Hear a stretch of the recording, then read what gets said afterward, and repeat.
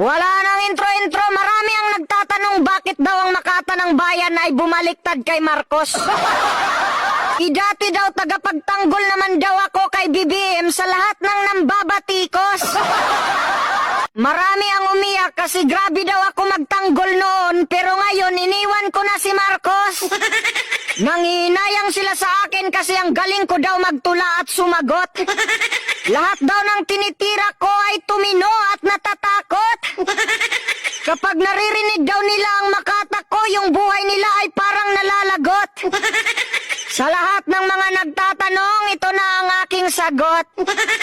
Bilang Makata ng Bayan, ang ipinagtatanggol ko ay ang tunay na may malasakit sa inang bayan.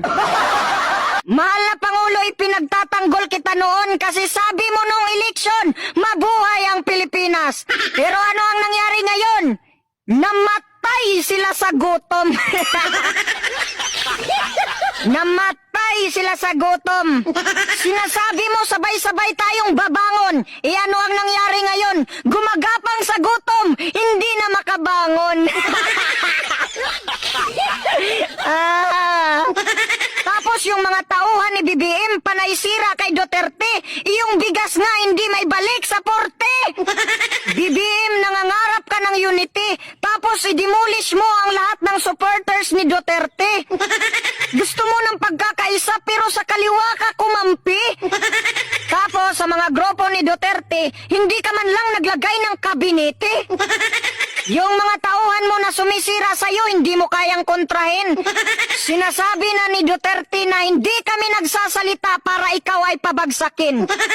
Kundi binibigyan ka lang namin ng patnubay para ang ginagawa mo ay iyong ayusin. Kung masakit sa inyo na banata ng Pangulo, mas masakit sa amin. Kasi kami ang grabe magtanggol at manalangin. Mga loyalis, wag nyo kaming gawing sinungaling. Matuto kayong umamin na dahil sa pagkonsinti ninyo si BBM ay malapit na mahulog sa bangin. O si Tatay Duterte kapag binatikos ni Lini ay kanyang kakaibiganin. Pero kapag ikaw ang binatikos, gaganti ng palihim. Yung ICC daw ay hindi papasukin. Pero ngayon, biglang nag-iba ang ihip ng hangin. Pagsabi ng terorista na ang ICC ay papasukin, aba, pinapasok mo din.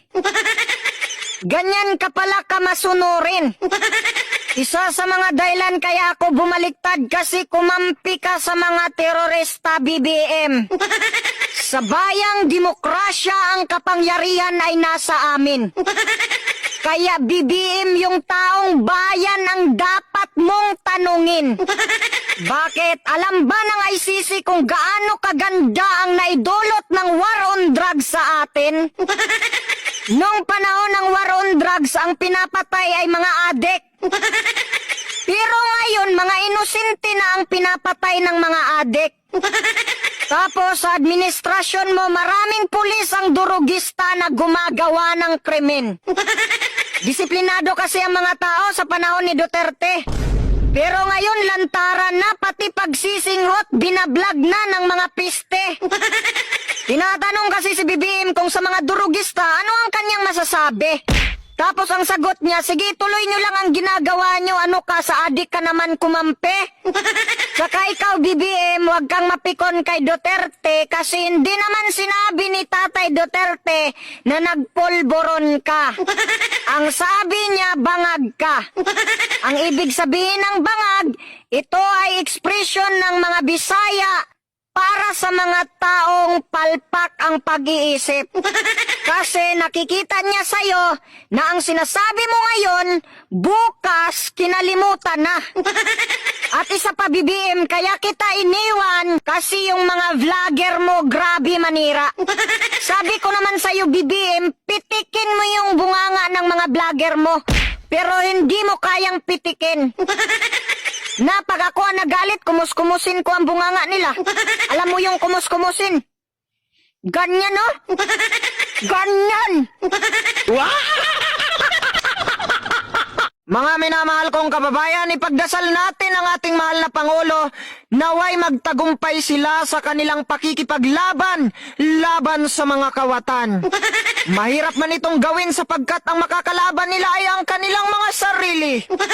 Sana BBM maawa ka sa mga taong nagugutom. Sana maalala mo ang mga taong umiiyak para lang maipanalo ka. Huwag mo kalimutan, BBM, ang suporta at pagmamahal namin sa iyo nung eleksyon. Huwag mo kami kalimutan at para maalala mo uli kami,